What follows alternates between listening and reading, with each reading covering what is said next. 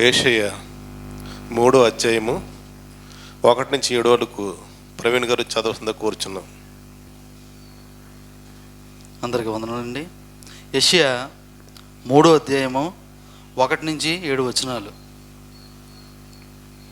ఆలకించుడి, ప్రభువును సైన్యములకు అధిపతి యొక్క యెహోవా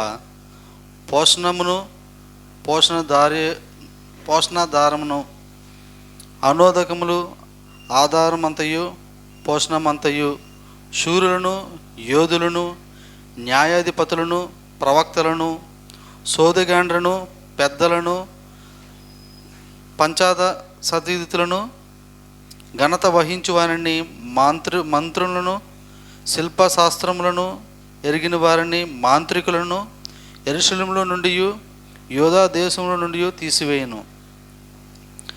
బాలాకులను వారికి అధిపతులుగా నియమించెదను.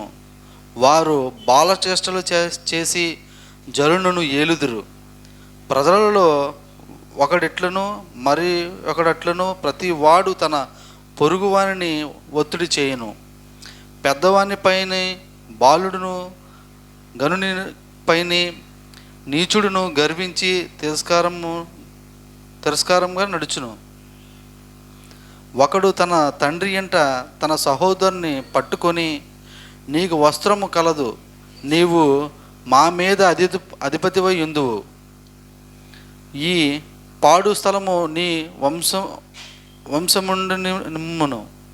అతడు ఆ దినము కేక వేసి, నేను సంరక్షణకర్తగా నుండనొలను, నా ఇంట ఆహారమేమీ లేదు, వస్త్రమేమీ లేదు, నన్ను జనాధిపతిగా నియమింపరాదనను. దేవుడిచ్చిన పరిశుద్ధం దేవుడించగాక. మత్తయి సువార్త 1వ అధ్యాయము 18 నుంచి 23 వరకు ఆకాంక్ష వచ్చి చదవస్తుంది చదువుతుంది.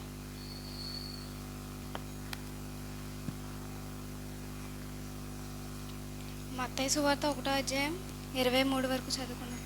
యేసుక్రీస్తు జన్మ విధానం ఎట్లనగా, ఆయన తల్లి అయిన మరియా యేసేపునకు ప్రదానం చేయబడెను. తరువాత వారి ఏకము కాకమునుపు ఆమె పరిశుద్ధాత్మ వల్ల గర్భవతి అయి ఉండెను. ఆమె భర్త అయిన యేసేపు నీతిమంతుడై ఉండి ఆమెను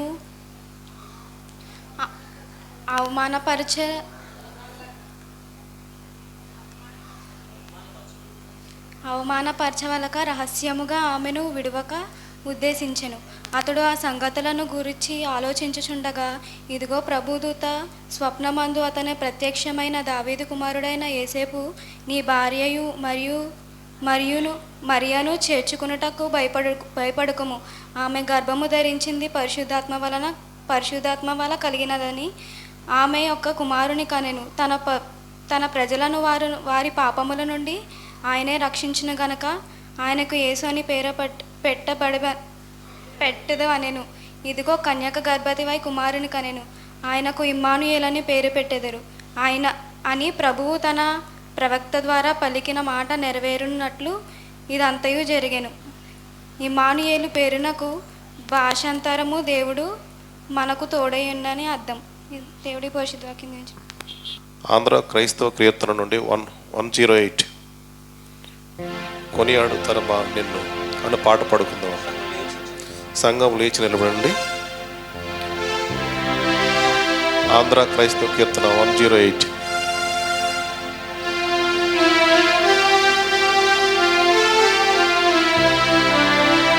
అందరం లేచి నిలబడండి.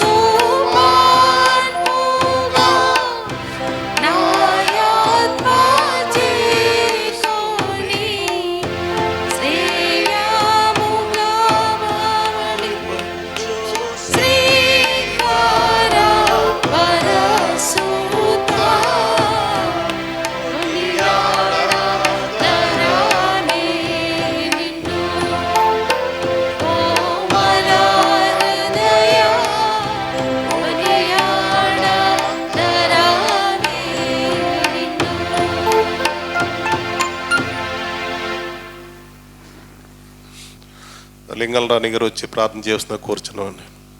ప్రార్థన చేసుకుందామండి. స్తోత్రం ప్రభా, స్తోత్రం స్తోత్రం, స్తుతి స్తోత్రాలు చెల్లించుకుంటున్నాను తండ్రి. గొప్ప దేవ, ఘనమైన యేసయ్య, నీ ఘనమైన నామముకు లెక్కలేని స్థుతులు స్తోత్రాలు చెల్లించుకుంటున్నామయ్యా. దేవా, గడిచిన ఆదివారం నుండి ప్రభు యొక్క ఆదివారం వరకు మమ్మల్ని మీ సజీవ రెక్కల్లో కాచి కాపాడి ఉన్నందుకు వేలాది వందనాలు స్తోత్రాలు తండ్రి. నాయనా, క్రిస్మస్ ఆరాధనలో ప్రభు ఎంతగానో ఘనంగా జరిగించిన దేవా, నీకే స్థుతులు స్తోత్రాలు వందనాలు చెల్లించుకుంటున్నాను ప్రభువా. దేవా, యొక్క ఆదివారం దినమున ప్రభువా ఇటు రీతిగా మాకు ఇచ్చిన ఈ సమయాన్ని బట్టి మీకు వందనాలు స్తోత్రాలు చెల్లించుకుంటున్నాను తండ్రి. జైనా, జరగనున్న ఆరాధన అంతట్లో మీరు ఉండండి ప్రభువా.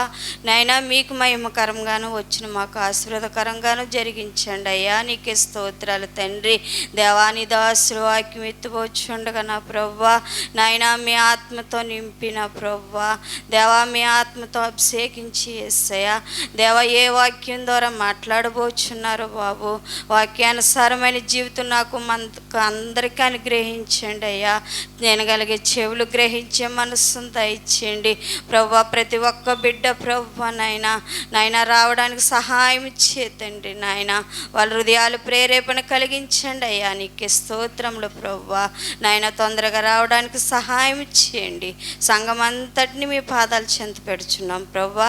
అయినా మీరు జ్ఞాపకం చేసుకోండి నాయన. ప్రతి ఒక్క కుటుంబాల్లో ప్రభువా నాయన ఎటువంటి లోటు లేకుండా ప్రభువా, ఎటువంటి అవసరతలు లేకుండా నా తండ్రి మీరే కాచి కాపాడమని కొద్ది ప్రార్థన మీ పాదసన్ని చేర్చుకుని ప్రార్థనకు ప్రతిఫలం ఇచ్చేస్తారని త్వరలో రానున్న యేసయ్య పుణ్యపాదములు పెట్టి బ్రతిమాలు వేడుకొంచున్నాం తండ్రి.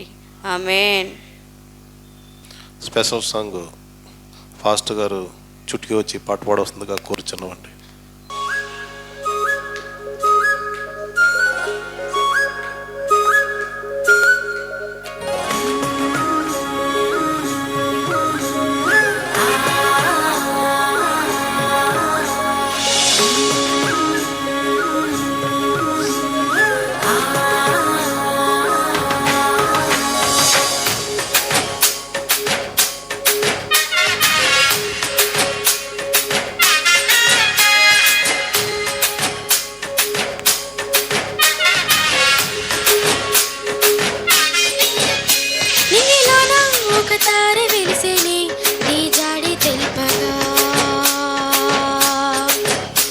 లోకమంతా దూతాలే తిరిగేనే శుభవార్త చాటగా. వచ్చినవయ్యా మా కోసమే, విడినవయ్యా లోకమే. వచ్చినవయ్యా మా కోసమే, విడినవయ్యా లోకమే. ఎవరు చేయని త్యాగం చేయే తెల్చావా ఈ లోకమే. మనసే పొంగినే ఆనందంతో, బ్రతుకే నిండెనే సంతోషంతో. మనసే పొంగినే ఆనందంతో, బ్రతుకే నిండెనే సంతోషంతో.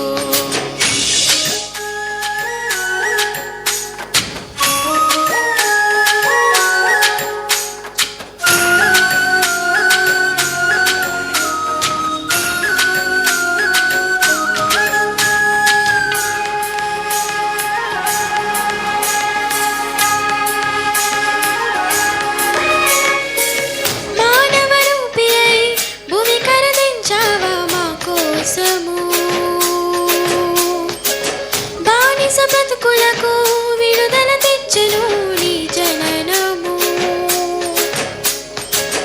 మానవ రూపయై భువి కరుదించావా మా కోసము. బానిస బ్రతుకులకు విడుదల తెచ్చెను నీ జననము. యేసు నీ జన్మ తెచ్చే సంతోషము, సరళమాయెను మోక్షపు మార్గము. యేసు నీ జన్మ తెచ్చే సంతోషము, సరళమాయెను మోక్షపు మార్గము. ఆ మార్గం నీవయ్యా. మనసే పొంగినే ఆనందంతో, బ్రతుకే నిండెనే సంతోషంతో. మనసే పొంగినే ఆనందంతో, బ్రతుకే నిండెనే సంతోషంతో.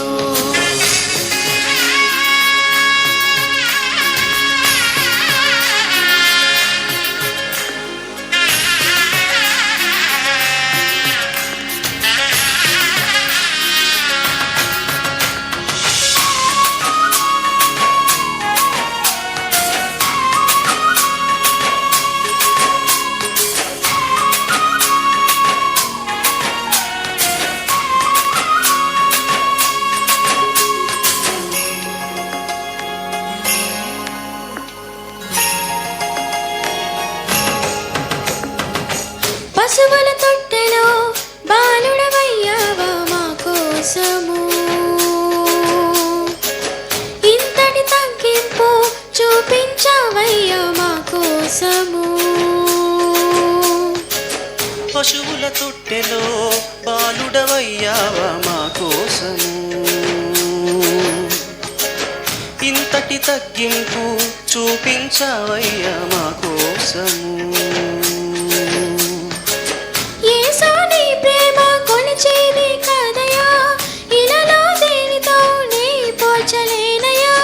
యేసు నీ ప్రేమ కొలిచేది కాదయా, ఇలలో దేనితో నే పోల్చలేనయా. ఆ ప్రేమ నా కోసమా మనసే పొంగినే ఆనందంతో, బ్రతుకే నిండినే సంతోషంతో. మనసే పొంగినే ఆనందంతో, బ్రతుకే నిండినే సంతోషంతో. నింగిలోన ఒక తార వెలిసేనే నీ జాడి తెలుపగా. లోకమంతా దూతలే తిరిగేనే శుభవార్త చాటగా. వచ్చినావయ్యా మా కోసమే, వీడినావయ్యా లోకమే. వచ్చినావయ్యా మా కోసమే, విడినావయ్యా లోకమే. ఎవరు చేయని త్యాగం ఎదించవా ఈ లోకమే. మనసే పొంగినే ఆనందంతో, బ్రతుకే నిండినే సంతోషంతో. మనసే పొంగినే ఆనందంతో, బ్రతుకే నిండినే సంతోషంతో.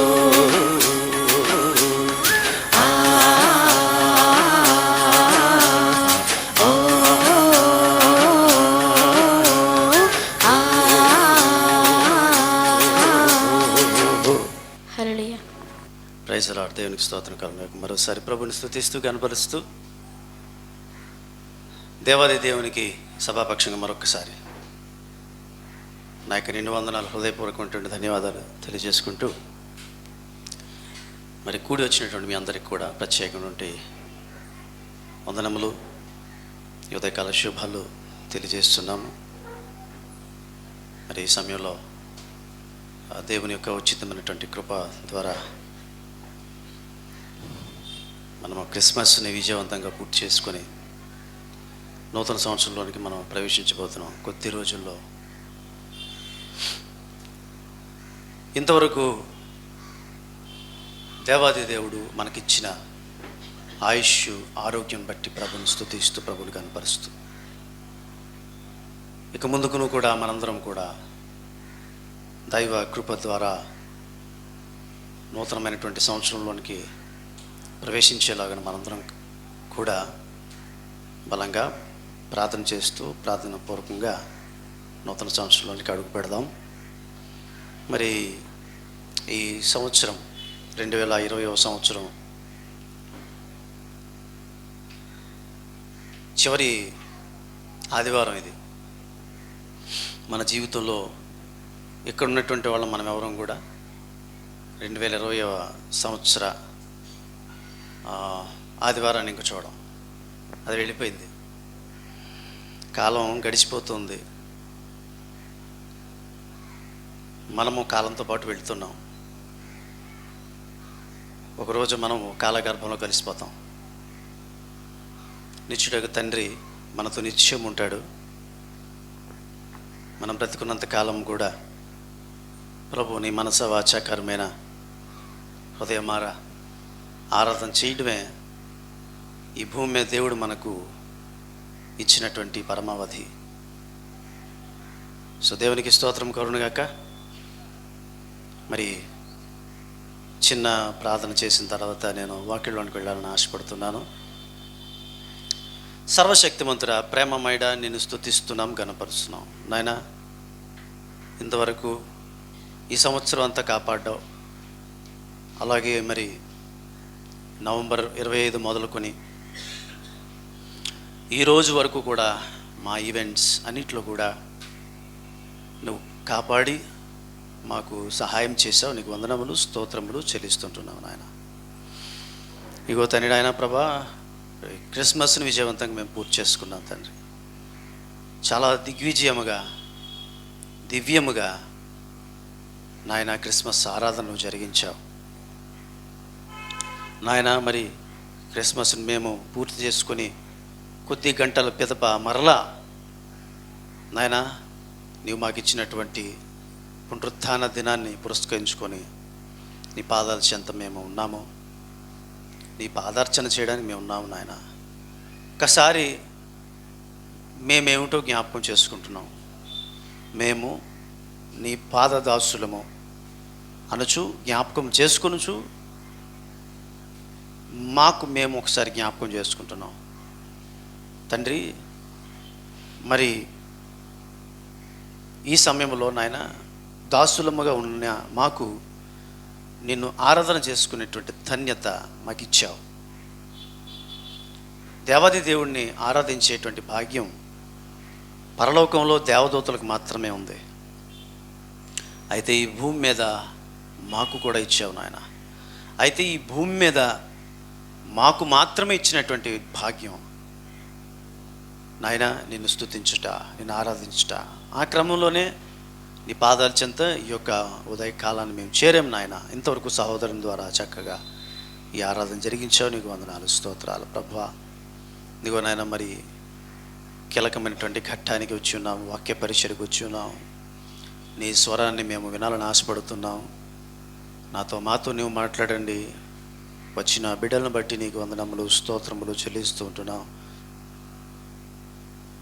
ఇంకా రావలసినటువంటి బిడ్డలను సకాలానికి నీ సన్నిధానానికి చేర్చండి నాయన. మరి ఈ రోజున ప్రభా తండ్రి, ఒకవేళ ఏ బలహీనతలు అనారోగ్యాల కారణం చేత ఒకవేళ రాలేకపోయిన బిడ్డలు ఎవరు ఉన్నట్లయితే వారిని ఒక్కసారి దర్శించండి, వారిని బలపరచండి. మరలా అందరం మేము కలుసుకుని మాయంపరిచే భాగ్యం దయచేయమని, ఈ వాక్య పరిచయను ఆశీర్వదించమని, ఈ సమయంలో మాతో నీ ఆత్మ ఉంచండి, నీ ఆత్మ సంచారం మా మధ్య జరిగించండి. నీ సన్నిధి మాతో ఉండుటకు సహాయం చేయండి. నీ ప్రాంగణం నాయన తండ్రి, నాయన ప్రభా మా మధ్య ఉండుటకు నువ్వు సహాయం చేయమని వేడుకుని, ఏ చీకటి శక్తులు, అంధకార శక్తులు ఈ సమయంలో నాయన మా యొద్దకు రాకుండా దయచేసి ప్రతి అంధకార శక్తులను నువ్వు బంధించమని బ్రతిమలాడుతూ వేడుకుంటూ, సమస్త విధమైనటువంటి ఘనత, మహిమ, ప్రభావాలు పొందుకుని మనం వేడుకొనొచ్చు.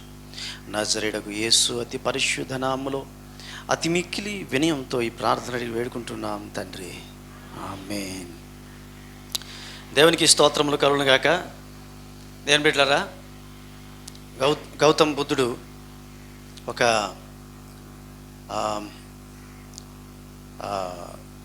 ఇన్సిడెంట్ని తెలియజేస్తూ, ఒక వ్యక్తి దారిని వెళ్తూ ఉన్నాడంట. వెళ్తుంటే ఒక పులి వెంటబడిందంట. ఆ పులిని తప్పించుకునేటువంటి క్రమంలో అతడు పరుగును లంకించుకున్నాడు. పరుగు పెడుతూ ఒక నుయ్యి కనబడితే నూతులోకి దిగడానికి ప్రయత్నం చేశాడు. ఫార్చునేట్గా అక్కడ ఒక ఓడ దొరికింది. ఆ ఓడ సహాయంతో కొంతవరకు దిగాడు. కొంతవరకు దిగి కిందకి దిగిపోదాం అనుకునే సమయంలో కిందనేమో ఒక ముసలి కనబడుతుందంట. నోరు తెరుచుకొని ఆవురు ఆవురు అంటూ దిగితే మింగేద్దాం అన్నట్లుగా చూస్తుందంట. కాబట్టి అక్కడ చిన్న గోడ సహాయంతో అక్కడ కూర్చుని పెడతాను. సో అతను కూర్చున్నప్పటికి కూడా ఓడ సహాయంతో కూర్చున్నాడు. ఒకవేళ ఓడకి ఏమైనా అయినట్లయితే పడిపోయేటువంటి ప్రమాదం ఉంది. అయితే ఆ ఓడని 2 ఎలుకలు తినేస్తున్నాయంట. పైకి వెళ్ళిపోదామంటే పులి, కిందకి వెళ్ళిపోదామంటే ముసలి. ఒకవేళ అక్కడే ఉందామంటే ఆ ఎలుకలు ఆ ఓడను కొరికేస్తున్న కారణం చేత పడిపోయేటువంటి ప్రమాదం. ఆ సమయంలో తన దృష్టి పక్కకు మరల్చినప్పుడు ఒక తేనె తుట్టి కనబడిందంట. ఆ తేనె తుట్టిలో తన వేలు ముంచి ఆ మధురమైనటువంటి తేనెను గ్రోలడం మొదలుపెట్టాడంట. అతను ఆ తేనె టేస్ట్లో అతను ఉన్నటువంటి పరిస్థితిని అంతటిని కూడా మర్చిపోయాడంట. అంతలో ఒక తేనెటీగ వచ్చి బొగ్గ మీద కుట్టిందంట. అంతలో ఈ వ్యక్తికి తెలివి వచ్చింది. ఓ, ఇది కళ అని తెలుసుకున్నాడు. కానీ కలవరం పొందినటువంటి ఆయన ఒక పండితుని దగ్గరకు వెళ్ళి, అయ్యా నాకు ఈ కళ వచ్చింది అని చెప్పగానే అతను చెప్పాడంట, దాని భావం ఏమీ కాదు నాయన, నిన్ను తరుముకు వచ్చింది కదా ఆ పులి నీ మృత్యువు. మనల్ని మృత్యువు ఎప్పుడు కూడా తరుముతూనే ఉంటుంది. తర్వాత నువ్వు నుయ్యిలోకి దిగిన తర్వాత నోరు వెళ్ళబెట్టుకొని చూస్తుంది కదా, అది నీ సమాధి అన్నాడు. రానున్న దినాల్లో సమాధి నీ కోసం ఎదురు చూస్తూ ఉంది. తర్వాత ఆ ఓడ సహాయంతో నీవు దిగుతున్నావు కదా, ఆ ఓడని ఎలకలు కొరికేస్తున్నాయి కదా, ఆ ఓడ ఏమిటి కాదు, ఆ ఓడ నీ ఆయుష్. ఎప్పుడైతే ఆ తేనెను నువ్వు చూసావో, ఆ తేనెను చూసిన తర్వాత, ఆ తేనెను నువ్వు టేస్ట్ చేసిన తర్వాత అవన్నీ మర్చిపోయావు. అంటే తేనె అది లోక భోగాలకి సాదృశ్యం. ఈ లోక భోగాల్లో మునిగి తేలుతూ ఎదర నీకు ఒక మృత్యు ఉంది, నీ ఆయుష్ తీరిపోతుంది, నీ కొరకు సమాధి ఉందనేటువంటి విషయాన్ని మర్చిపోయి లోకంలో పడిపోయావు నాయన. కాబట్టి ఒక్కసారిగా నీ జీవితం ఏమిటి అనేటువంటిది ఈ యొక్క కళ నీకు తెలియపరిచింది అని చెప్పినప్పుడు ఆ వ్యక్తి అక్కడి నుంచి కూడా ఒక ఆధ్యాత్మిక చింతన కలవాడే అతడు లోకభోగాలను విడిచిపెట్టాడంట. ప్రియదేని బిడ్డలారా, ఈ మాటను చెప్పడానికి కారణం ఏమిటి అంటే ప్రపంచం అంతా కూడా ఇలాగే ఉంది. మన ఎదర మృత్యు ఉంది. మృత్యు మన ఎదర ఉండడం కాదు, మనల్ని తరుముతుంది. ఏ సమయంకైనా మనల్ని కబలించడానికి. మన ఆయుష్ తీరిపోతుంది. ఇంకా మనకు ముందుకు వెళ్తే ఒకరోజు సమాధిలోనికి వెళ్ళాల్సినటువంటి అవసరం వస్తుంది. అది మన కొరకు వేచి ఉంది. అయితే ఇక్కడ యెషయా గ్రంథాన్ని మనం చదువుకున్నాం. యెషయా గ్రంథంలో ప్రవక్త ప్రవచించినటువంటి ప్రవచనాలు మనం చూసినప్పుడు ఇశ్రాయేల్ పరిస్థితి ఇదే. దేవుడు అనేకులకు మరణ శాసనాన్ని రాశాడు. కొద్ది రోజుల్లోనే మరణ మృదంగం మ్రోగబోతుంది. అయినప్పుడు కూడా ఇశ్రాయేలీల్లో ఎక్కడ కూడా ఏ విధమైనటువంటి మార్పులు అనేటువంటివి లేవు. ఇశ్రాయేలీలు ఎప్పుడైతే ఫెయిల్ అయిపోయారు, దేవుణ్ణి ఆరాధించట్లో లేదా దేవుణ్ణి అనుసరించట్లో, దేవుని మార్గాలను అన్వేషించట్లో వాళ్ళు ఫెయిల్ అయ్యారు. ఫెయిల్ అయినప్పుడు దేవుడు యెషయా భక్తుడిని ఆయన ఎన్నుకుని యెషయా భక్తుడి ద్వారా ప్రవచనాలు అందించాడు. ఈ రోజున వాక్యము నేను చదువుతాను, ఎందుకంటే కొంచెం చదివేది ఎక్కువ ఉంటుంది కాబట్టి నేను చదువుతాను. దయచేసి కొంచెం బైబిల్ ఉన్నటువంటి వాళ్ళందరూ కూడా 3వ అధ్యాయం యెషయా గ్రంథం 3వ అధ్యాయము 3వ అధ్యాయములో కొన్ని మాటలు నేను చదువుతున్నాను. దయచేసి జాగ్రత్తగా ఆలకించండి. అంటే ఈ అధ్యాయంలో దేవాది దేవుడు రానున్న దినాల్లో ఇశ్రాయేలు ప్రజలకు ఏం చేయబోతున్నాడు అనేది మచ్చుకి 3వ అధ్యాయంలో కొన్ని విషయాలను తెలియపరిచాడు. 1వ వచనాన్ని నేను చదువుతున్నాను, చూడండి, ఆలకించుడి. ప్రభువును సైన్యములకు అధిపతియు నాకు యెహోవా పోషణమును పోషణాధారమును అన్నోదకముల ఆధారమంతయు పోషణమంతయు ఆయన తీసివేస్తాడంట. ఈరోజు మనం చూస్తున్నట్లయితే ఈ సంవత్సరం మనం ఎదుర్కొన్నటువంటి పరిస్థితులు, లాక్డౌన్ కానీ కొంతకాలం ఇంకా కంటిన్యూ అయినట్లయితే పెద్ద పెద్ద వ్యాపారస్తులు కూడా దివాళా తీసేటువంటి పరిస్థితులు.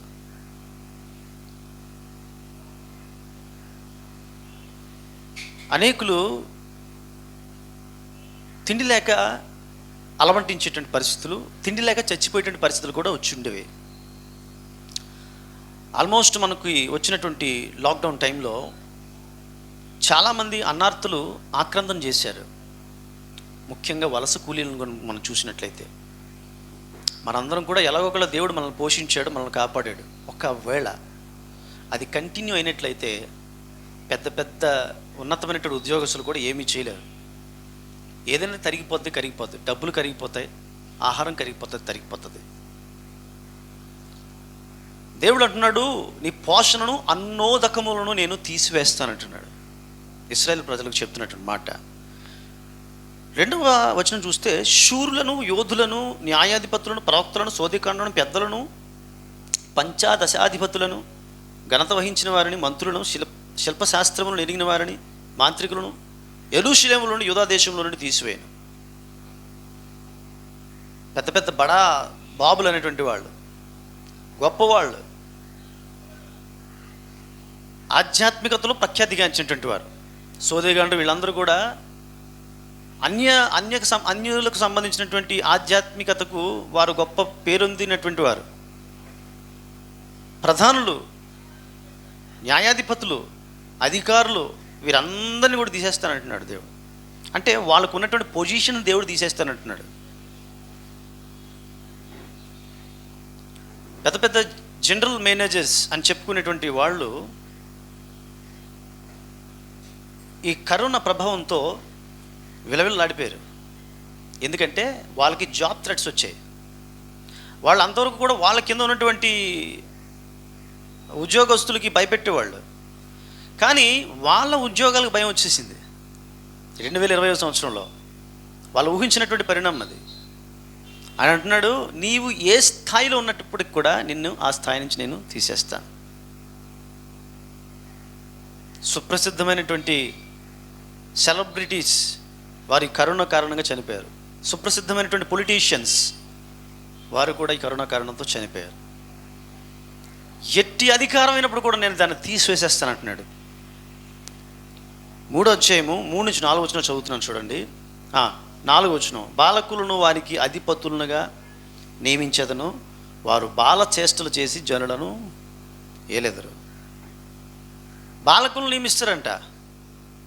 అంటే ఇన్ఎక్స్పీరియన్స్డ్ పీపుల్ విల్ రూల్ అనమాట. అనుభవం లేనటువంటి వాళ్ళు పరిపాలన చేస్తే ఎలా ఉంటుంది? ఇంట్లో చేసినా బయట చేసినా ఎలా ఉంటుంది? అధ్వానంగా ఉంటుంది. ప్రజలందరూ కూడా ఇబ్బంది పడతారు.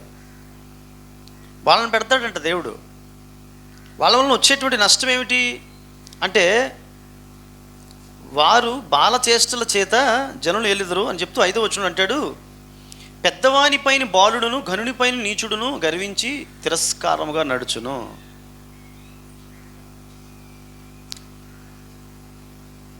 అంటే అనామకులు ప్రఖ్యాతిగాంచినటువంటి వారి మీద వారు ఏలుబడి చేస్తారనమాట.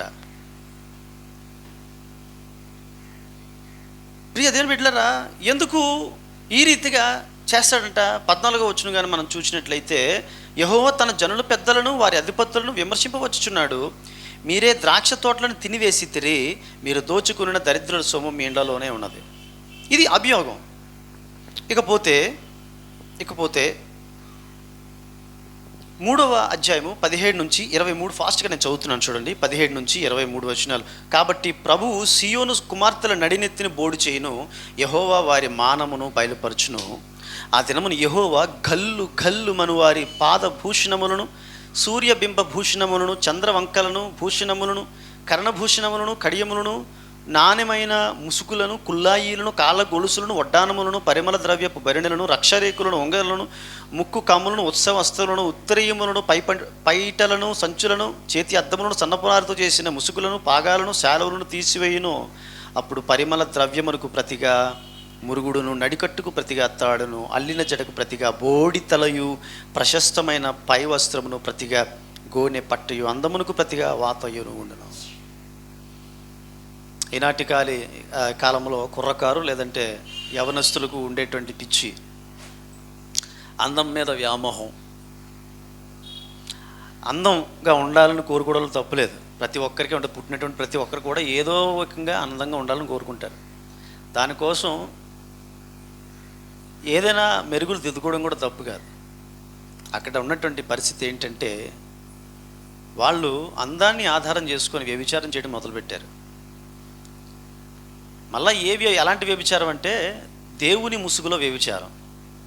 అంటే అన్య దేవతలను ఆరాధించిన కారణం చేతన వీరు వ్యభిచారం చేసేటువంటి పరిస్థితిగా, టెంపుల్ ప్రాస్టిట్యూట్స్గా మారిపోయారు వీళ్ళు. అధిపతులతో వీళ్ళు వ్యభిచారం చేయడం మొదలుపెట్టారు. వ్యభిచారం చేయటంలో వీళ్ళకి అడ్డు అదుపు లేదు. గల్లు గల్లు అనేటువంటి గజ్జలు, అద్దాల ముందు ఏదో కర్ణభూషణం లేదు అన్నాడు, చెప్పాడు కదా, అవన్నీ కూడా అంటే వాటి మీదే మనసు కేంద్రీకరించి దేవుణ్ణి మర్చిపోయినటువంటి పరిస్థితులు ఉన్నాయి. ఆనాటి కాలంతో ఈనాటి కాలాన్ని పోల్చుకుంటే కాస్త ఈనాటి కాలంలో కూడా అటువంటి పరిస్థితులే చాలామంది స్త్రీల్లో ఈరోజు ఉన్నట్లుగా మనం చూస్తాం. గంటల తరబడి ఈ ఏమంటారు, బ్యూటీ పార్లర్స్ చాలా డబ్బులు వెచ్చిస్తారు. గంటల తరబడి అద్దం ముందు చూసుకుంటారు, కూర్చుంటారు.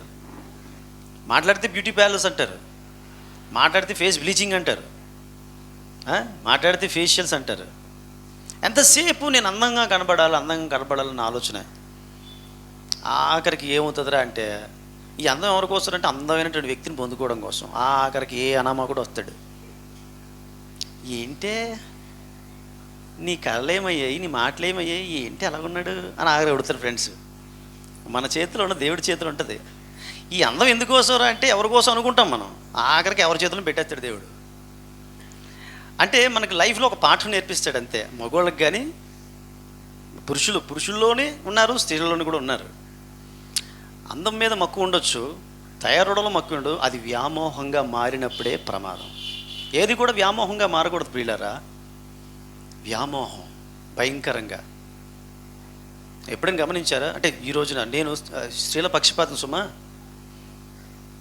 బాగా అందంగా ఉన్నటువంటి అమ్మాయిలు చాలామంది, అందరూ కాదు, మీలాంటి వాళ్ళు మంచి వాళ్ళు ఉన్నారు, బయట చెప్పుకుంటే వాళ్ళ యొక్క మెంటాలిటీ ఎలా ఉంటుందో తెలుసండి.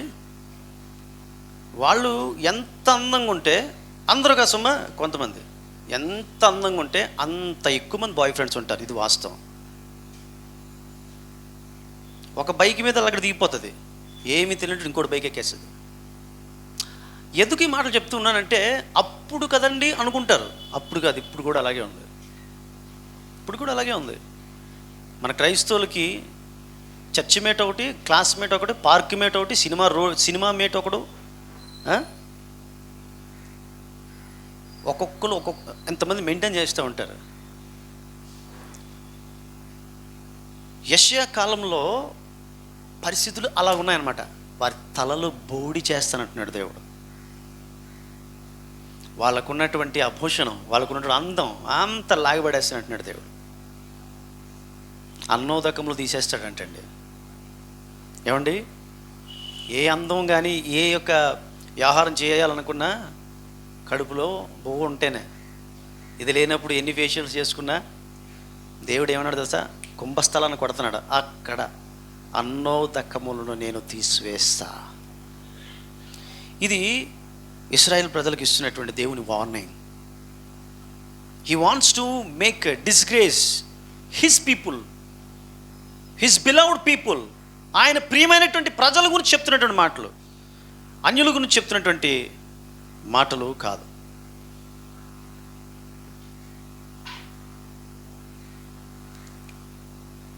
ఇదే యెషయా గ్రంథంలో మనము గత వారం చూసాం, గత 2 దినాల క్రితం చూసాం. క్రిస్మస్ దినాన 9వ అధ్యాయంకి వచ్చేసరికి 6వ వచనంలో చాలా ఆదరణకరంగా మాట్లాడుతున్నాడు దేవుడు. చాలా ప్రేమతో మాట్లాడుతున్నాడు. ఆలకించుడు, ఇదిగో కుమారుడు గర్భవతి, కన్యక గర్భవతి, కుమారుని కనును, ఆయన భుజముల మీద రాజ్య పరిపాలన ఉండును. ఆయన ఎవరంటే ఆశ్చర్యకరుడు, ఆలోచనకర్త, నిత్యుడు, బలవంతుడగు దేవుడు, నిత్యుడగు తండ్రి, సమాధానకర్తయగు అధిపతి అని చెబుతూ ప్రజలని ఓదారుస్తున్నాడు, ధైర్యపరుస్తున్నాడు, బలపరుస్తున్నాడు దేవాది దేవుడు యెషయా అనేటువంటి ప్రవక్త ద్వారా. దేవుడు 2 నాలుకలు కలిగినటువంటి వాడా, అప్పుడే ఆయన ఇస్తాననేటువంటి శిక్షను ఇస్తానంటాడు. తర్వాత మళ్ళా నెమ్మదిగా సున్నితంగా మాట్లాడతాడు. ఏంటి కారణం? ఇశ్రాయేలు చేసినటువంటి పాపానికి చాలా దేవునికి విరక్తి వచ్చేసింది. దేవుడు నోవహు కాలంలో దేవుడు అంట అసలు మనుషులు చేసినందుకే పశ్చాత్తాపడినటువంటి పరిస్థితి మనుషులు తీసుకొచ్చారు. ఎందుకురా చేశాను వీళ్ళని అనేంత స్థితికి తీసుకొచ్చేసారు దేవుణ్ణి.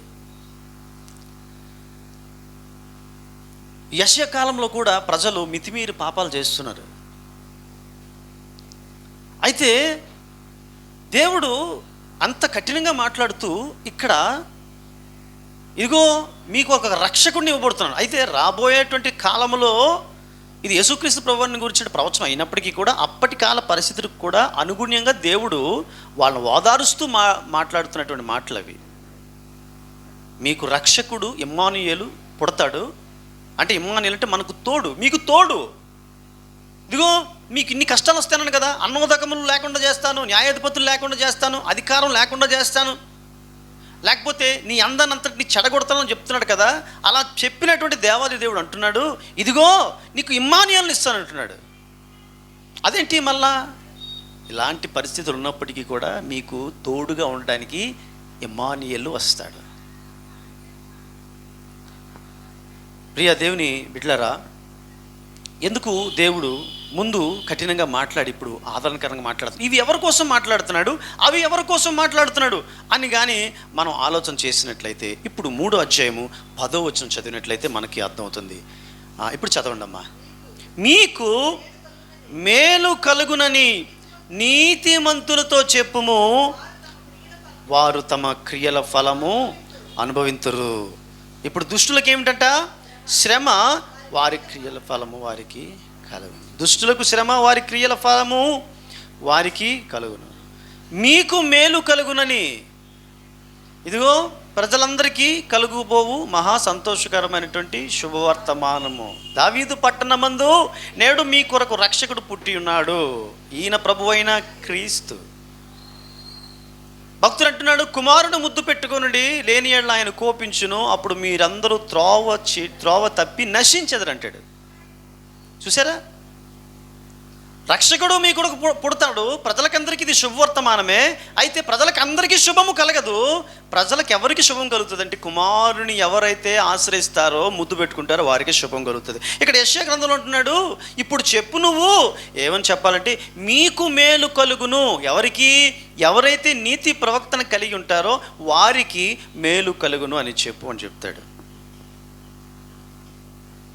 ప్రియ దేవుని బిడ్డలారా, ఈ రోజున ప్రపంచం అంతటా కూడా జటిలమైనటువంటి పరిస్థితులు మనం చూస్తున్నాం.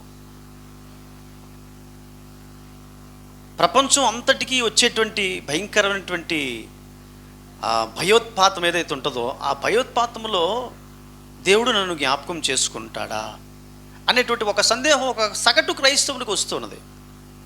దానికి కారణం కూడా ఉంది. ఎందుకంటే మనము ఎవరైతే భక్తులు అనుకుంటామో, మనము ఎవరైతే గొప్పవారు అనుకుంటామో, వాళ్ళు లోకులందరూ కూడా ఏ రీతిగా అయితే నశించిపోతున్నారో ఆ రీతిగానే నశించిపోవటం కారణము చేత మనకు అటువంటి ఆలోచన వస్తుంది. కానీ ప్రతి వ్యక్తి విషయంలో దేవునికి ఒక ప్రత్యేకమైన చిత్తం ఉంటుంది. రెండోది ఏంటంటే, ఒక వ్యక్తిని గురించి మనం మంచి అనుకున్నా ఆ వ్యక్తి మంచి కాకపోవచ్చు, చెడు అనుకున్నా చెడు కాకపోవచ్చు, కానీ మంచి చెడులను ఆలోచించేవాడు దేవుడు అనే విషయాన్ని మర్చిపోవటం కారణం చేత మనం జడ్జు చేస్తున్నాం దేవుని యొక్క ఆలోచనలు. కానీ ఇక్కడ క్లియర్గా పరిశుద్ధాత్మ దేవుడు ప్రవక్త ద్వారా రాయిస్తున్నాడు ఏమంటే, నరమేధం చేయబోతున్నాడు, చాలా భయంకరమైన పరిస్థితులు, భయోత్పాతములు రాబోతున్నాయి, ఈ అందమంతా చెడిపోబోతుంది, న్యాయాధిపతులందరూ కూడా వారి యొక్క రాజ్యాలు కోల్పోతున్నారు, వారికి ఉన్నటువంటి ఆ ఆహారము అన్నోదకం అన్ని కూడా తీసివేస్తాను అని చెబుతున్నప్పటికీ కూడా ఆయన అంటున్నాడు, ఇదిగో మీ కొరకు నేను ఒక కుమారుణ్ణి అనుగ్రహిస్తున్నాను, మీకు ఆదరణకరమైన మాటలని తెలియజేస్తున్నాను, మీకు ఆయన తోడుగా ఉంటాడని దేవాది దేవుడు చెప్తున్నాడు. ఎందుకంట ఎవరి కోసం చెప్తున్నాడంటే ఈ మాటలు? ఎవరైతే నీతిమంతులుగా ఉంటున్నారో వారి గురించి చెప్తున్నటువంటి మాటలు. దేవుని యొక్క క్యారెక్టర్ ఏమిటంటే, మనం ఒకవేళ నీతిగా మంచిగా ఉన్నట్లయితే హెబ్రీ గ్రంథం 6వ అధ్యాయము 10వ వచనంలో ఒక మాట అంటాడు. దయచేసి చదువుదాం ఒకసారి. హెబ్రీ గ్రంథం 6వ అధ్యాయం హెబ్రీ పత్రిక 6:10 చదవండి అమ్మా. మీరు చేసిన కార్యములను మీరు పరిశుద్ధులకు ఉపచారము చేసి ఇంకను ఉపచారము చేయుచుండుట చేత తన నామమును బట్టి చూపిన ప్రేమను మరచుటకు దేవుడు అన్యాయస్తుడు కాడు. గమనిస్తున్నారు ప్రియమైన వాళ్ళారు? ఈ రోజున మ్యాక్సిమం మనం ఎంత సంపాదించేసుకోవాలో అంత సంపాదించేసుకుందాం అని అనుకున్నటువంటి వాళ్ళకి శ్రమ. ఎందుకంటే ఈ సంపాదనలు ఏవి కూడా మన దగ్గర ఉండకపోవచ్చు. ఏ భూకంపం వచ్చినప్పటికీ కూడా ఈ బిల్డింగ్ కూలదు అనుకున్నటువంటి బిల్డింగ్స్ రెప్పపాటు కూలిపోయినటువంటి సందర్భాలు ఉన్నాయి. దేవుడే దిగి వచ్చిన ఈ పడవని, ఈ షిప్ని ఎవడు ముంచలేడు అని ఆ టైటానిక్ని రూపకర్త చెప్పాడంట. ఎక్కడైతే దాన్ని even God cannot sink the ship అని రాశాడో అక్కడే ఐస్బర్గ్ ఢీకుందంట.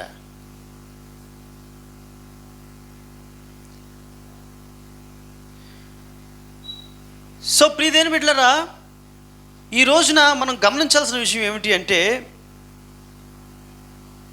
దేవాది దేవుడు తన బిడ్డలు తన పట్ల చూపించేటువంటి ప్రేమను మర్చిపోవుటకు ఆయన ఏమంటాడు? 10వ వచనంలో ఏమంటున్నాడమ్మా? అన్యాయస్తుడు కాడు. తన ప్రేమను మర్చిపోయేటువంటి వాడు ఎంత మాత్రము ఆయన కాదు. సో ఆయన మనం చేసినటువంటి మేలు మంచి ఏదైతే ఉంటుందో ఖచ్చితంగా ఆ మేలుని మంచిని ఆయన జ్ఞాపకం ఉంచుకునేటువంటి దేవుడు. తప్పకుండా ప్రతి విధమైనటువంటి ఉపద్రవం నుంచి దేవాది దేవుడు మనలను విడిపించుటకు సంసిద్ధుడుగా ఉన్నాడు. జెఫన్యా 2వ అధ్యాయము 3వ వచనం ఒకసారి చూద్దాం. జెఫన్యా 2వ అధ్యాయము 3వ వచనం చదవండి అమ్మా ఎవరైనా సరే. దేశములో సాత్వికులై ఏమ్మా ఆయన న్యాయ విధిని అనుసరించుచు సమస్త దీనులారా. ఎస్, ఇప్పుడు అంటున్నాడు యెహోవాని వెదకి వినయము గలవారై నీతిని అనుసరించిన ఎడలా ఆ ఉగ్రత దినమందు ఆయన మనలను కరుణిస్తాడు, మనం దాచబడతాం, ఆయన మనలను దాస్తాడు. మలాకీ గ్రంథం 3వ అధ్యాయము 18వ వచనం కూడా ఒకసారి చదువుదాం. మలాకీ, అప్పుడు నీతి గలవారెవరో, దుర్మార్గులెవరో, దేవుని సేవించేవారెవరో, ఆయన సేవించిన వాడెవడో మీరు తిరిగి కనుగొందరు. తెలిసిపోతుంది అప్పుడు. దేవుడు ఎప్పుడైతే ఆయన కార్యాలు చేయడం మొదలు పెడతాడో అప్పుడు మంచివాళ్ళు ఎవరు, చెడ్డవారు ఎవరు అనేటువంటిది దేవాది దేవుడు తెలియపరుస్తారు. ఉగ్రత దినమందు వారు తెలియపరచబడతారు, మీరు వారిని తిరిగి కనుగొందురని వాక్యము సెలవిస్తుంది. దేవుని బిడ్డలారా, ఈరోజు మనము కొద్ది రోజుల్లో లేదా కొద్ది గంటల్లో నూతనమైనటువంటి సంవత్సరంలోనికి అడుగు పెట్టబోతున్నాం. ఇశ్రాయేలు ప్రజలకి దేవుడు భవిష్యత్తులో రేపు రాబోయేటువంటి దినాల్లో ఏమి జరగబోతుంది అనేది తెలియపరిచాడు. నూతన సంవత్సరంలోనికి అడుగు పెడుతున్నటువంటి మనకు ఇప్పుడున్నటువంటి పరిస్థితులను బట్టి అయితే మనం కోరుకున్నది ఏంటంటే ఖచ్చితంగా మంచి జరగాలి, మేలు జరగాలి. కానీ ఎదర మాత్రం మనకు పరిస్థితులు అలా కనబడట్లేదు. ఇశ్రాయేలు ప్రజలకి ఎదర చాలా కష్టాలు ఉన్నాయి. అప్పుడు దేవుడు తన ప్రవక్తను వాడుకొని వారికి తెలియపరుస్తున్నాడు, ఎదట చాలా భయంకరమైనటువంటి పరిస్థితులు మీకు ఉన్నాయి. ఈరోజు పరిశుద్ధాత్మ దేవుడు మనతో కూడా తెలియపరుస్తున్న విషయం ఏమిటంటే, మనం రేపు హ్యాపీ న్యూ ఇయర్ అని చెప్పుకుంటాం. హ్యాపీ న్యూ ఇయర్ అని ఎందుకు చెప్పుకుంటాం అంటే, ఈ హ్యాపీ న్యూ ఇయర్ అనేటువంటి శాసనాన్ని మనం రాయం. 2020వ సంవత్సరంలో కూడా అలాగే చెప్పుకున్నాం. కానీ మనం ఎందుకు చెప్పుకుంటాం అంటే అలా ఉండాలి అని చెప్పుకుంటాం. అలా ఉండేలా చేయగలిగేటువంటి వాడు దేవుడే. హ్యాపీ న్యూ ఇయర్గా ఉండాలి అనుకుంటే మీ జీవితకాలం ఇక రాబోయేటువంటి ముందు కాలంలో మీ జీవితం సవ్యంగా సాగాలి, ఆకలి దప్పులు లేకుండా సమృద్ధిని ఆహారం తినుచు సంతోషకరమైనటువంటి ఇళ్లలో జీవిస్తూ ఆరోగ్యకరమైనటువంటి జీవనాన్ని మీరు పొందుకోవాలంటే మొట్టమొదట ఆయన చెప్తున్న విషయాలు ఏమిటంటే, మీరు ఈలాగు చేయండి అని చెప్పట్లేదు, మీరు ఇలాగున్నారు అని చెప్తున్నాడు దేవుడు. మనం ఏం చెయ్యాలి అనే దాన్ని మనం ప్రక్కన పెడదాం. న్యూ ఇయర్ వస్తుందంటే మనకి ఒక ఆలోచన ఉంటుంది, మనం ఏం చేస్తే బాగుంటుంది. మొట్టమొదటి ఏం చేయాలి కాదు, ఏం చేయకుండా ఉండాలి. అంటే ఏమి లోపం ఉంది నాలో అనేది ఆలోచించుకుంట ద్వారా లోపాన్ని కనుగొంటే ఆటోమేటిక్గా పరిస్థితులన్నీ కూడా చక్కబడతాయి. నేనేం చేయగలలో డివైన్ లీడింగ్ అనేటువంటిది నాకు ఖచ్చితంగా వస్తుంది. నేనేం చేయకూడదు దాన్ని దాచిపెట్టేసి నేనేం చేయాలో అన్న దానికోసం నేను పరుగులు పెడితే డివైన్ డైరెక్షన్ నేను కోల్పోతాను. యోనాలాగా చేపల కడుపులో వెళ్ళిపోతాను. అందుకు మేమేం చేయాలి అంటున్నాడు యోహాను భక్తుడిని, బాప్తిస్మిచ్చే యోహాను భక్తుడిని, ఈ పరిసయ్యులు, శాస్త్రులు, అధికారులు. మీకు ఓ లోపం ఉంది, దోచుకునేటువంటి స్వభావం, బాధించేటువంటి స్వభావం. ఆ దోచుకోవడం మానేయండి, బాధించడం మానేయండి. తీసుకోవాల్సిన సుంకం కంటే అధికంగా తీసుకుంటున్నారు మీరు, అదో లోపం మీలో. డబ్బులు బాగా పొందేసుకోవాలి, ఎవరిదైనా దోచేసుకోవాలంటే ఒక లోభత్వం మీలో ఉంది, అది వదిలేయండి మీరు ముందు.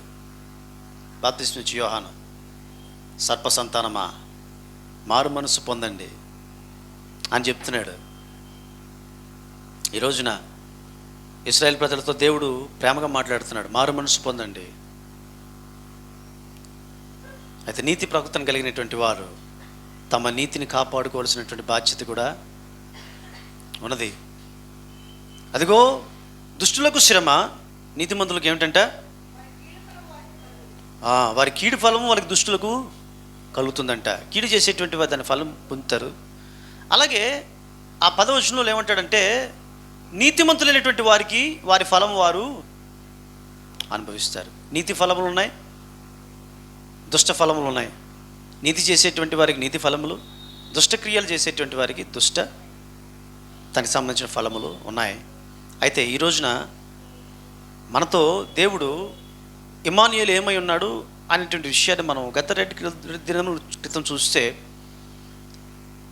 అతను మనకు అన్ని విధాలు సరిపోయిన దేవుడు. మరొకసారి ఆశ్చర్యకరుడు, ఆలోచనకర్త, బలవంతులకు దేవుడు, ఇచ్చులకు తండ్రి, సమాధానకర్తకు అధిపతి. ఎవరికంట అది? ఆయన అందరికీ కాదు. ఎవరికంటే ఎవరైతే నీతిమంతులుగా నీతి ప్రవర్తన కలిగి జీవిస్తారో వాళ్ళకు మాత్రమే. క్లియర్గా చెప్తున్నాడు అక్కడ, దుష్టులకు శ్రమ, అయితే నీతి చేసేటువంటి వారికి, నీతిమంతులకు ఏమట? ఒక పదం వాడాడు అక్కడ, చూడండి 3వ అధ్యాయం 10వ వచనంలో, మేలు కలుగును, మీకు మేలు కలుగును. తర్వాత ఆ మేలు తమ క్రియల ఫలము, నీతి క్రియల యొక్క ఫలమును వారు అనుభవిస్తారు. కావలసిన ప్రొటెక్షన్ ఉంటుంది, దేవుని యొక్క ప్రొటెక్షన్ ఎలాంటి పరిస్థితి వచ్చినప్పుడు కూడా. ఈ రోజున మన క్రైస్తవ బిడ్డల్లో కూడా ఆందోళన ఎక్కువ అవుతుంది. ఈ ఆందోళనకి కారణం ఏమిటో తెలుసండి? లోకంలో ఉన్నటువంటి పరిస్థితులు. లోకంలో ఉన్నటువంటి పరిస్థితులకు ఆందోళన పడడం కోసం కాదు దేవుడు మనల్ని ఏర్పాటు చేసుకున్నాడు పరిశుద్ధ జనాంగంగా. లోకంలో ఉన్నటువంటి పరిస్థితిను తలకిందులు చేయడానికి. అలాంటి కాలంలో అపోస్తలులను తలకిందులు చేసేటువంటి వాళ్ళు వచ్చారు అని అపోస్తలుల గురించి అన్నారంట. లోకము ఆందోళనకరంగా ఉన్నట్లయితే మనం ఏం చేయాలా? మనం ఆందోళన పడాల్సినటువంటి పరిస్థితి లేదు మనకి. ఆందోళన కాకుండా మనము దేవుని యొక్క అదుపు ఆజ్ఞల్లో ఉంటూ లోకము కోసం ప్రార్థన చేసేటువంటి వారంగా దేవుడు మనల్ని ఏర్పాటు చేసుకున్నాడు. కాబట్టి లోకమును సవ్యమైనటువంటి స్థితిలో ఉంచుటకు, లోకములో ఉన్నటువంటి భయకంపితమైన పరిస్థితులు పోగొట్టుటకు మన వంతు కృషి మనం చేయాలనేటువంటిది దేవుని యొక్క ముఖ్య ఉద్దేశమైనది. ఆ ఆలోచనతో యెషయా భక్తుని దేవుడు తన యొక్క ప్రవక్తగా ఎన్నుకున్నాడు. కాబట్టి దేవుని బిడ్డలారా, లోకంలో ఉన్నటువంటి నీతిమంతులకు తప్పకుండా సేఫ్టీ ఉంది, ప్రొటెక్షన్ ఉంది అనే విషయాన్ని సమయంలో జ్ఞాపకం మీకు చేస్తుంటున్నాను. ఎలాంటి ప్రొటెక్షన్ ఎలాగిస్తాడు దేవుడు అని ఆలోచన చేస్తే, ఒక దైవజనుడు తన యొక్క సాక్ష్యాన్ని తెలియజేస్తున్నాడు. ఆయన ఒకరోజు హార్స్ మీద వెళ్తున్నాడట. మిషనరీ టైంలో జరిగింది ఇది, కెనడాలో జరిగినటువంటి సందర్భం. ఆయన అప్పట్లో హార్స్ మీద వెళుతూ వీళ్ళు సువార్త చేసేవాళ్ళు, విజిటింగ్స్ చేసేవాళ్ళు. హౌస్ విజిటింగ్స్ చేస్తే కూడా వాళ్ళు హార్స్ చేస్తూ హౌస్ విజిటింగ్ చేసేవాళ్ళు. ఆయన హార్స్ మీద వెళుతూ ఒక ఇంటి దగ్గర ఆగాడు. ఆ ఇంటి దగ్గర ఓల్డ్ జంట ఉంటారు, అనగా ముసలి జంట ఉంటుందంట. ఆ జంట కోసం ఇంటికి వెళ్ళి ప్రార్థన చేయమని దేవుడు బాగా ప్రేరేపణ చేస్తే, ఆ హార్స్ దిగి ఆ ఇంటి లోపట, ఆ టైంలో ఇల్లు తలుపులు కూడా తీసున్నాయంట, లోపలికి వెళ్ళి ప్రార్థన చేస్తున్నాడు. అతను చాలా బలంగా ప్రార్థన చేస్తున్నాడు, కుటుంబాన్ని నువ్వు కాచి కాపాడు అని ప్రార్థన చేస్తున్నాడు. కొద్ది రోజులు అయిన తర్వాత, కొంతకాలం అయిన తర్వాత ఆయన ఒక జైలు దర్శించాడంట పాస్టర్ గారు. జైలు దర్శిస్తే వాడందరికి కూడా సువార్త చెప్తున్నాడు. ఒక ఆయన అంటున్నాడు, సార్ మీరు నాకు తెలుసండి, మీరు నాకు గుర్తున్నారు అంటే, సారీ బాబు నాకు మాత్రం నీవు గుర్తులేవు అని చెప్తున్నాడట.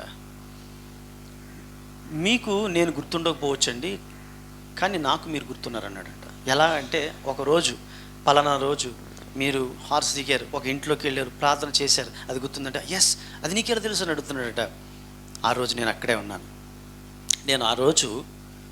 నేను ఆ ఇంట్లో ముసలోళ్ళు ఉన్నారని చెప్పేసి ఆ ఇంటిని దోచుకోవడానికి వచ్చానండి. నేను దోచుకోవడానికి వచ్చే సమయానికి మీరు హార్స్ దిగి మీరు ఆ ఇంట్లోకి వెళ్ళబోతున్నారు. మీరేనేమో ఆ ఇంటి యజమాని అనుకొని మిమ్మల్ని చంపడానికి నేను సిద్ధమవుతున్నటువంటి సమయంలో మీరు ఆ హార్స్తో మాట్లాడుతున్నారు, నువ్వు ఇక్కడే ఉండు, నేను ఆ ఓల్డ్ పీపుల్ కోసం నేను ప్రార్థన చేసి వస్తాను అని హార్స్తో మీరు చెప్పడం నేను విన్నానండి. అయితే మీరు ఆయన కాదు అని తెలుసుకొని మిమ్మల్ని చంపకుండా మిమ్మల్ని వెంబడించానండి. మీరు లోపలికి వెళ్ళిన తర్వాత మీరు ప్రార్థన చేస్తున్నారండి అని చెప్పాడు.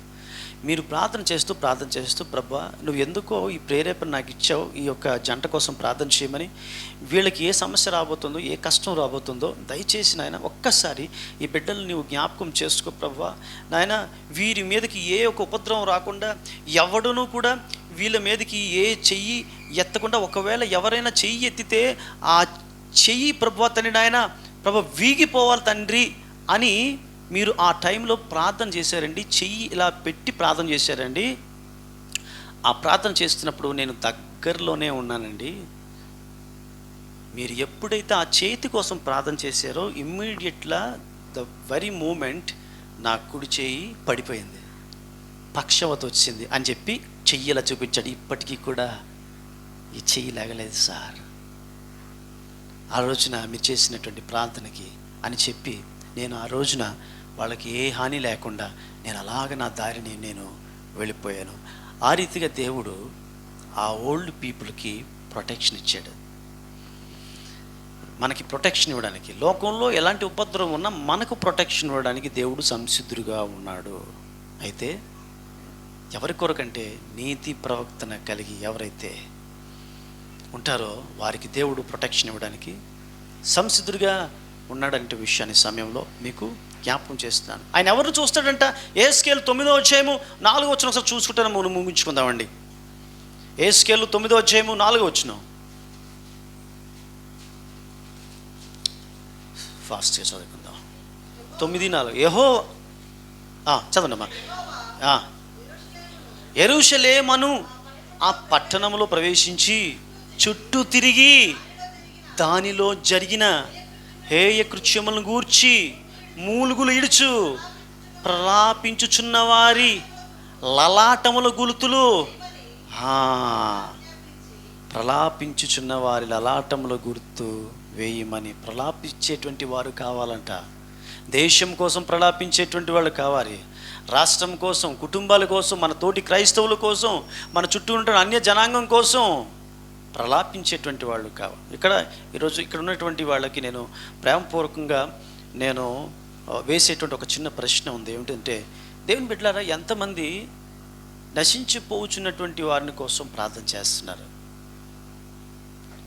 అంటే ప్రార్థన చేయడం అంటే ఏదో రూమ్లోకి వెళ్ళినప్పుడు మనకు ఆ ప్రార్థనని జ్ఞాపకం రాకపోవచ్చు. బయటకు వెళ్తాం కదా, బయటకు వెళ్ళినప్పుడు ఫర్ ఎగ్జాంపుల్ మీకు చెప్తాను, ఇక్కడ వైన్ షాప్ ఉంది. వైన్ షాప్ అక్కడ కూర్చొని మోకాలేసి ప్రార్థన చేయడానికి అవకాశం ఉండదు. ఎవరు ప్రార్థన చేయలేం, మీరు కానీ నేను కానీ ఎవరు కూడా ప్రార్థన చేయలేం. ఆ టైంలో మనసు పరితాపం చెందినటువంటి స్థితి ఎవరికైనా అనుభవం ఉందా? అఫ్కోర్స్ ఉంటే చేతులు అతక్కర్లేదు, మనసులో ఉంచుకోండి అంతే. ఉన్నోళ్ళకి లేనివాళ్ళు కూడా మనసులో ఉంచుకోండి. అది చూసేటప్పుడు మీకేమనిపిస్తుంది? ప్రభువా వీళ్ళు కాపాడు, వీళ్ళు నశించిపోతున్నారు, ఏంటి తండ్రి వాళ్ళు అక్కడ వాళ్ళు పనులు చేసుకుంటున్నారు, ఖర్చు పెట్టేస్తున్నారు, నీళ్ళలా ఖర్చు పెట్టేస్తున్నారు, వాళ్ళ పిల్లలు తినాల్సినటువంటి తిండి ధారాతత్వం అయిపోతుంది, వాళ్ళ భార్యలు పొందుకోవాల్సినటువంటి ఆ సుఖం వాళ్ళు నీళ్ళలా ఖర్చు చేసేస్తున్నారు, వాళ్ళ ఆరోగ్యాన్ని పోగొట్టేసుకుంటున్నారు, కిడ్నీలు పోగొట్టేసుకుంటున్నారు, లంగ్స్ పోగొట్టేసుకుంటున్నారు. జీజీహెచ్లో మ్యాక్సిమం కేసులు ఇవే, డ్రంకర్డ్స్ కేసులు. ఒకడు చచ్చిపోతే అందరం చచ్చిపోతాం, ప్రాబ్లం లేదు. కానీ చచ్చిపోతే వాడు మోక్షానికి వెళ్తాడా లేదా? మోక్షానికి వెళ్ళకపోతే ఆ టార్మెంట్ ఎలా భరిస్తాడు వాడు అనేటువంటి బాధ అట్లీస్ట్ ఒక బిట్ అయినా సరే ఎంతమందికి వస్తుంది?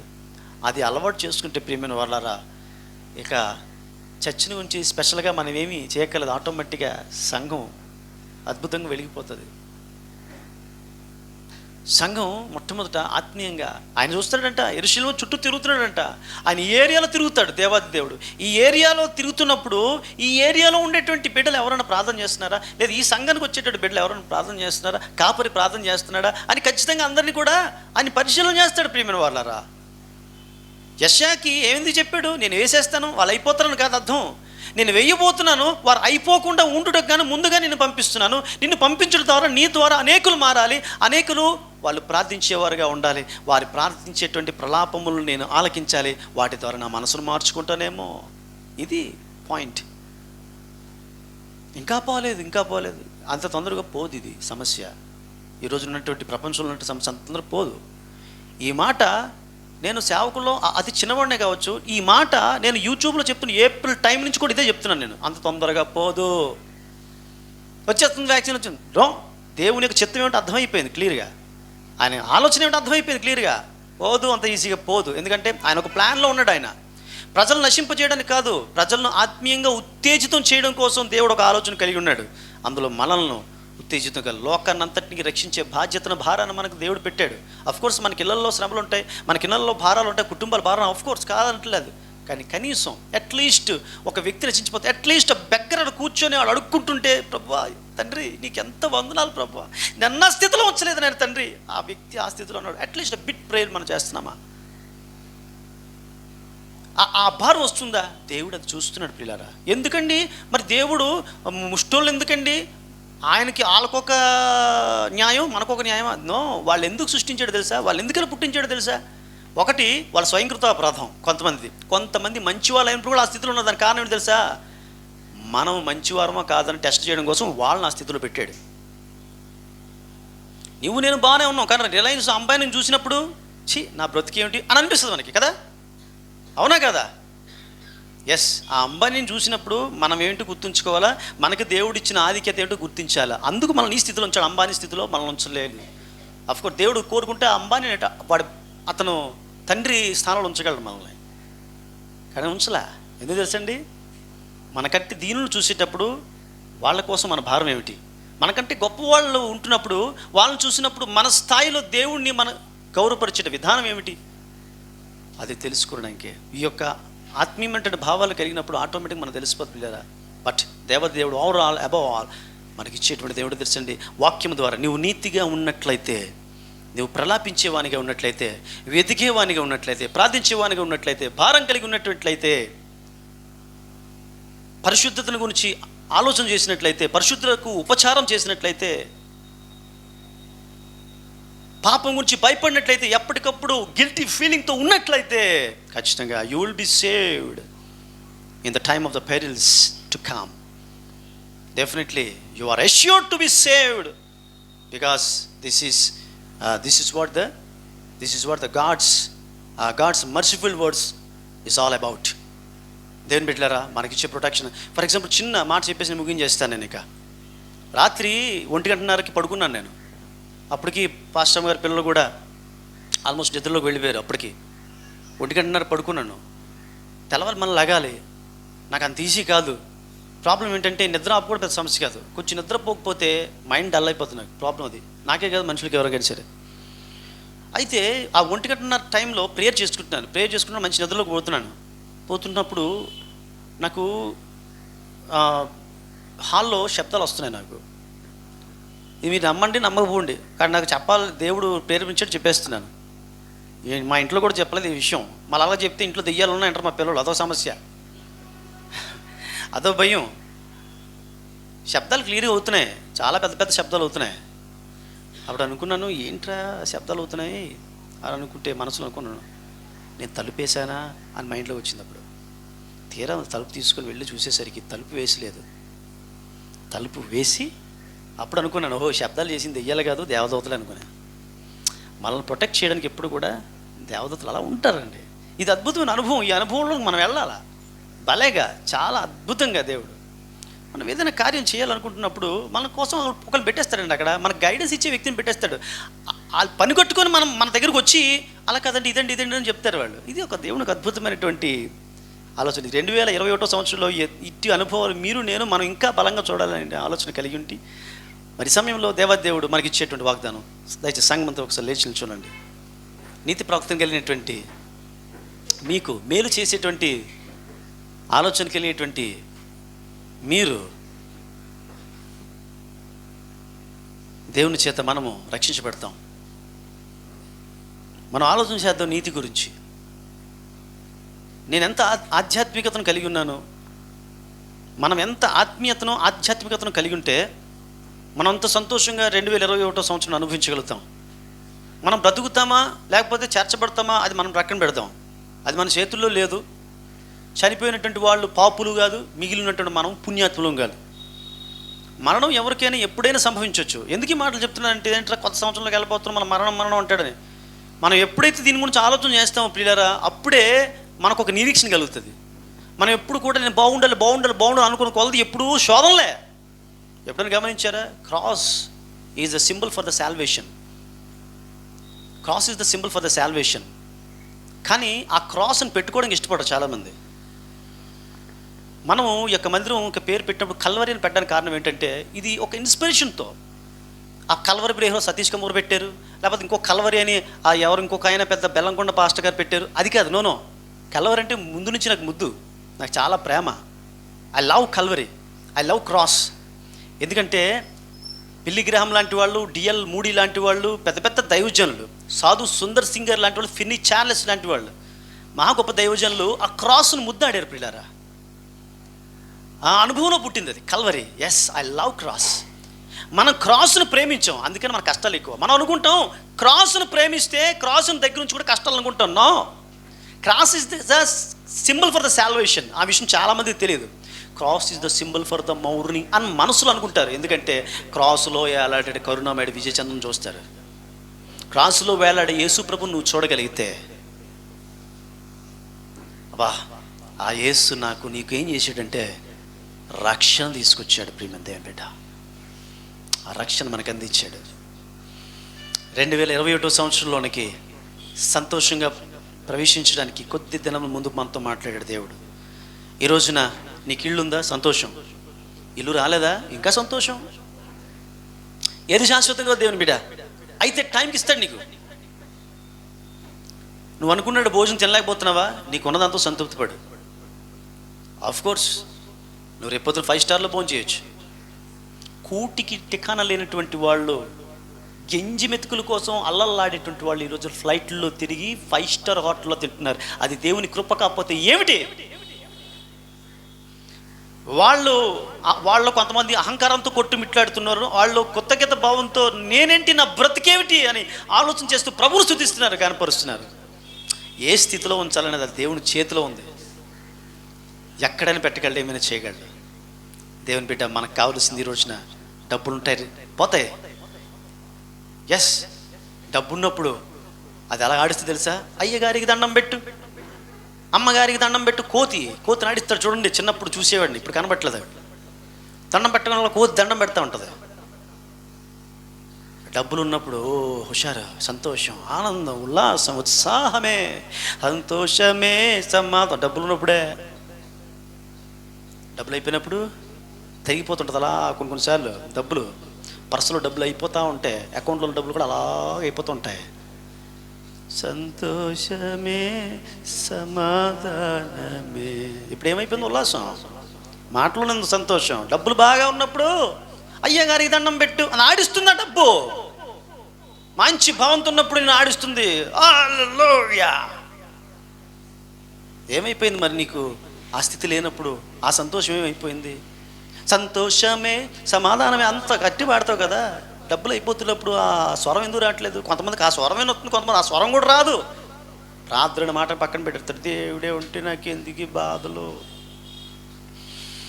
ఈ రోజున లోకము మనల్ని ఆడిస్తూ ఉంది, కానీ మనం దేవుని చేతిలో ఉంటే వాటిని మనం ఆడించాలి.